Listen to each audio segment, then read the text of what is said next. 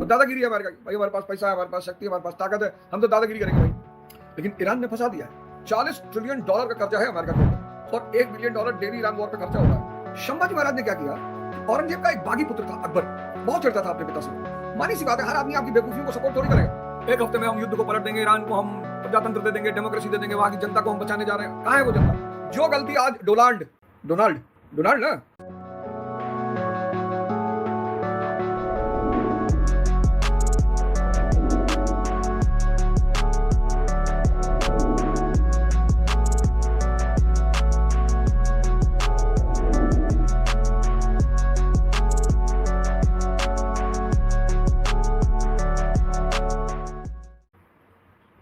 देख रहे हैं, अमेरिका इजराइल का वॉर, अमेरिका इजराइल और ईरान का युद्ध चल रहा है। अब दादागिरी है अमेरिका की। अब अमेरिका की दादागिरी की भाई हम जिसको बोलेंगे वही न्यूक्लियर बॉम्ब बनाएगा, वरना दूसरे नहीं बनाएंगे। क्यों भाई? दूसरों को अपनी सोवरेनिटी नहीं बचानी है, दूसरों को अपनी संपत्ति नहीं बचानी है। वो तो हमारा ही पीछे पड़ा हुआ था।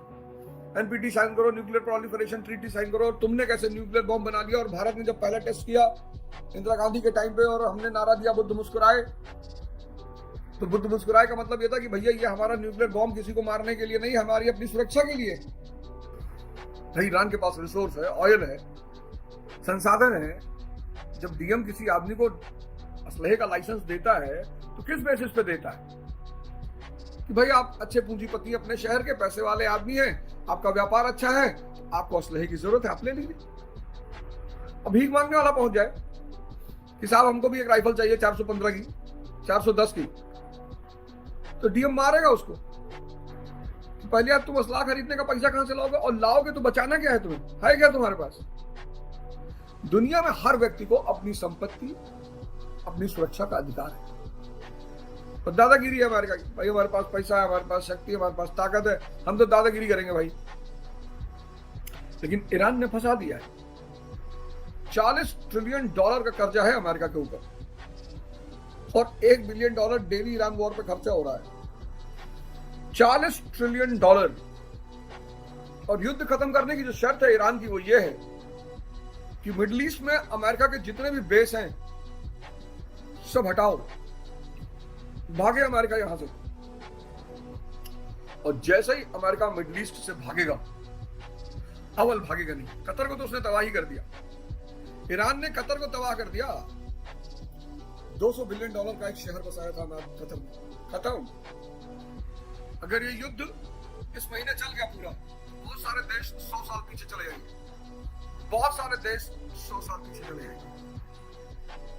अब ईरान कह रहा है अमेरिका से कि मिडिल ईस्ट में जहां जहां अमेरिका का बेस है सब भागो यहां से, तुम लोग हटो। अब अगर ऐसा होता है कि अमेरिका मिडिल ईस्ट के अपने सारे ठिकानों को छोड़ दे, तो तेल पे जो उसका दबदबा है वो खत्म हो जाएगा। अमेरिकन डॉलर की जो ताकत है कि भाई दुनिया में कोई भी तेल खरीदेगा वो अमेरिका के डॉलर में खरीदेगा।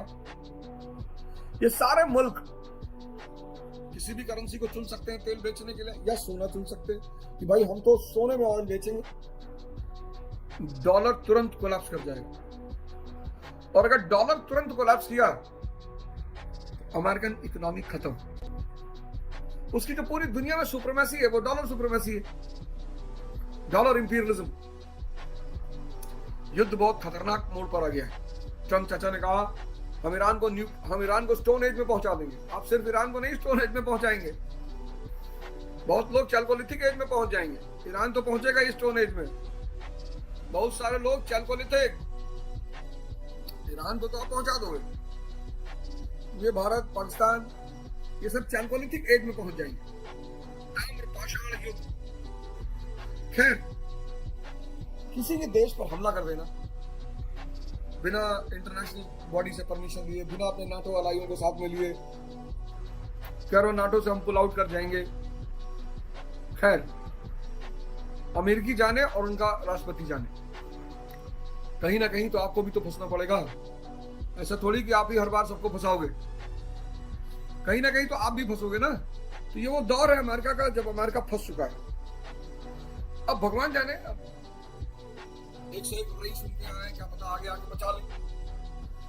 एक से एक रईस उनके पास, दुनिया के कितने रईस हैं, चाहे वो डेल हो, चाहे इंटेल हो, स्टारबक्स हो, दुनिया के सारे रईस उनके पास हैं। हो सकता है कोई रईस बाहर आके, कोई भामाशाह बाहर आके उनको बचा ले। कुछ दुनिया में परिस्थितियां बदल जाएंगी। जिन्होंने अमेरिकन बॉन्ड्स खरीद रखे हैं उनका भी हाल बहुत बुरा हो जाएगा। तो खतरा तो है, खतरा तो सबके ऊपर मंडरा रहा है। कोई ऐसा है नहीं जिसके ऊपर खतरा मंडरा न रहा हो, सबके ऊपर। 1680 में जैसे आज ट्रंप फंस गया है, 1680 में मैं सुनाता हूं कैसे औरंगजेब का जीवन बर्बाद हुआ। 1680 में शिवाजी की डेथ हो गई, माफी चाहता हूं, औरंगजेब की डेथ हुई 1707 में। 1680 में शिवाजी की डेथ हो गई। औरंगजेब मराठा साम्राज्य के जन्म से बहुत दुखी था। उसको इस बात का बहुत दुख था कि उसके जीवन काल में राज्य के अंदर राज्य, इस बात को लेकर वो दुखी बहुत था। तो जब शिवाजी की डेथ हुई 1680 में, तो औरंगजेब ने सोचा कि इस मराठा स्वराज की समस्या को खत्म किया जाए। संभाजी, शिवाजी के पुत्र, वो गद्दी पर बैठे, अच्छे योद्धा। संभाजी महाराज ने क्या किया कि औरंगजेब का एक बागी पुत्र था अकबर, बहुत चिढ़ता था अपने पिता से वो। मानी सी बात है, हर आदमी आपकी बेवकूफियों को सपोर्ट थोड़ी करेगा, हर आदमी आपकी बेवकूफियों को सपोर्ट नहीं करेगा। औरंगजेब राजपूतों से लड़ रहा था। तो अकबर ने औरंगजेब से कहा कि अब्बा, ये हमारे बड़े पुराने सहयोगी हैं और इन्होंने ही मुगल साम्राज्य बनने में अहम भूमिका निभाई, हमारे मित्र हैं, ये बहादुर हैं, लड़ना जानते हैं, इनसे काहे लड़ रहे हो यार। औरंगजेब ने कहा बंदी बना लो उसको। वो बेचारा भाग के राजपूतों से मिल गया, राठौरों से। अब अब्बा से दुश्मनी, अब्बा वो भी औरंगजेब भागा दक्षिण की तरफ। तो महाराष्ट्र में पहुंच के उसने संभाजी महाराज के दरबार में शरण लिया। अब संभाजी महाराज के दरबार में जब उसने शरण लिया, तब फिर औरंगजेब को बहुत गुस्सा आया। तुम मेरा दुश्मन बेटे को शरण दो? क्या करने जो राज्य थे उसमें आमद तक खत्म हो चुका, बचे थे बीजापुर गोलकोंडा। उसने डोरा डंडा उठाया औरंगजेब को, कहा चलो दक्कन, बीजापुर गोलकोंडा को खत्म कर दिया। खत्म किया, अब बचे मराठा। तो जो गलती अमेरिका ने की, बहुत बड़ा ब्लंडर किया अमेरिका ने। जो गलती यूनाइटेड स्टेट्स ऑफ अमेरिका ने की, ईरान पहुंचकर उनके सुप्रीम लीडर को मार दिया, यह बहुत बड़ी गलती की अमेरिका ने। क्योंकि जब मेन लीडरशिप खत्म हो जाती है तो आप बात किससे करोगे? आज की डेट में सारा ईरान अमेरिका के खिलाफ खड़ा है। ये कह रहे थे हम जाएंगे, हमारा स्वागत होगा, वहां की पब्लिक ने विद्रोह किया। कहां गई वो विद्रोही पब्लिक? कहां गई? एक हफ्ते में हम युद्ध को पलट देंगे, ईरान को हम प्रजातंत्र दे देंगे, डेमोक्रेसी दे देंगे, वहां की जनता को हम बचाने जा रहे हैं। कहां है वो जनता? वो जनता कहां है जिसको आप बचाने के लिए गए थे? हाँ? ये बहुत बड़ी गलती अमेरिका ने की, बहुत बड़ी। यही गलती औरंगजेब ने की। बीजापुर गोलकोंडा को खत्म कर दिया। 1689 में उसने संभाजी महाराज को पकड़ लिया। अब संभाजी महाराज ने औरंगजेब से कहा कि देखो भाई, तुम मलेच्छ हो, इम्प्योर, तुम अगर अपनी बेटी की शादी मुझसे कर दो तो तुम प्योर हो जाओगे। अब ये बात औरंगजेब से कहना कितनी बड़ी बात। उसने संभाजी महाराज की हत्या करवा दी। बहुत बड़ी गलती कर। जो गलती आज डोनाल्ड ना, जो गलती आज डोनाल्ड ट्रंप ने की है खामैनी को मारकर, वही गलती 1689 में औरंगजेब ने की संभाजी महाराज को मारकर। नेतृत्व तो बचा ही नहीं, लीडरशिप बचा नहीं, सारे मराठी योद्धा बन गए सारे।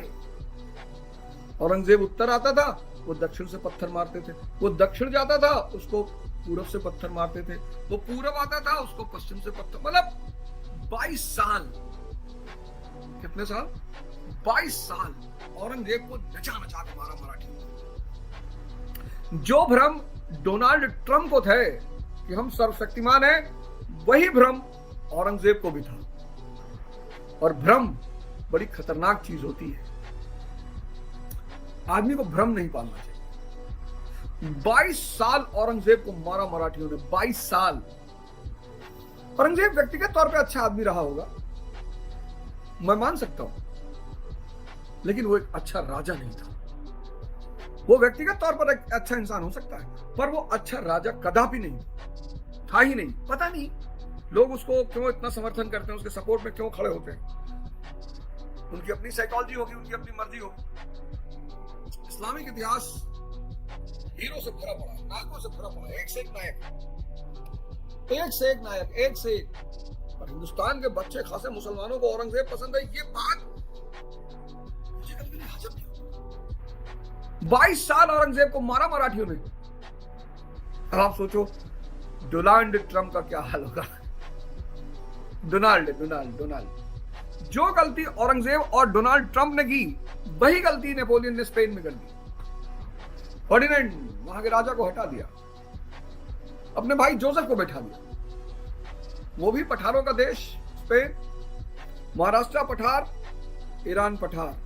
ज्योग्राफी तीनों जगह की बड़ी खतरनाक, और जहां भी ज्योग्राफी खतरनाक होती है वहां के लोग गुरिल्ला वॉर के माहिर होते हैं। राजस्थान छापामार युद्ध, ठीक है, राणा प्रताप हार गया हल्दीघाटी का युद्ध, लेकिन अकबर को पानी पिलाया, जब तक जिंदा रहे तब तक पानी पिलाया। जहां भी ज्योग्राफी खतरनाक होगी वहां का आदमी छापामार युद्ध करेगा। स्पेन ने तबाह कर दिया नेपोलियन को, बर्बाद हो गया नेपोलियन। वो सारा खजाना जो यूरोप से लूट कर लाया था सब चला गया। औरंगजेब को अपनी कलमदान गलाने पड़े, कलमदान जो चांदी सोने के कलमदान थे उसको गलाना पड़ा। दीवाने आम दीवाने खास की रेलिंगों पे जो सोना लगा था उसको गलाना पड़ा। इतना भारी पड़ गया उसको मराठा का युद्ध। अब देखो डोनाल्ड ट्रंप को क्या क्या जलाना पड़े, क्या क्या गलाना पड़े। जय हिंद, जय भारत।